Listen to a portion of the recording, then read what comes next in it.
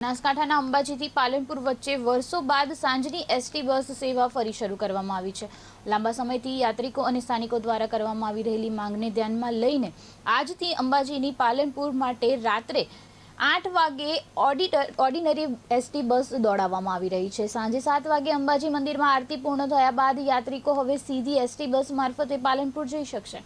અત્યાર સુધી સાંજે 7 વાગ્યા બાદ બસ સેવા ઉપલબ્ધ ન હોવાથી યાત્રિકોને ભારે હાલાકીનો સામનો કરવો પડતો હતો।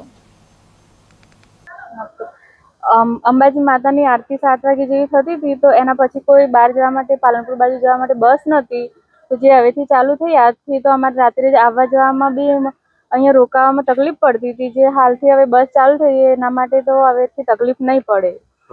એસટી તંત્રનો આભાર માનો છો? એસટી તંત્રનો આભાર માનો એ બાબતે કે બધાને એનો લાભ લે।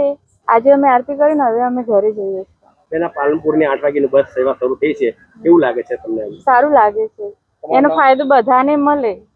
હા, સ્ટેના પૈસા એ વધારે હોય છે ને એટલા માટે। પેસેન્જરોની આ બાબતે એક માગણી હતી કે આરતી સારા સાથે પૂરી થઈ જાય પછી જો પાલનપુરની એક ગાડી ચાલુ કરવામાં હોય તો અમારે સિદ્ધપુર, મહેસાણા, ઊંઝા આ બાજુ તરફ જવા માટે કોઈ ગાડી નહોતી 7 વાગ્યા પછી, તો એનો મહત્તમ લાભ મળે એના માટે એક આપ એસટીના કર્મચારી તરીકે એક ગાડી ચાલુ કરો તો મુસાફર જનતાને પણ એક રાહતની શ્વાસ મળે અને પોતાનું જનજીવન પર ખોરવાય નહીં અને વ્યવસ્થિત ઓછા ભાડામાં મુસાફરી કરી શકે અને પ્રાઇવેટ વ્હીકલનો લાભ અમારે ન લેવો પડે એના બાબતે એક સરસ ચાલુ કરી છે બસ।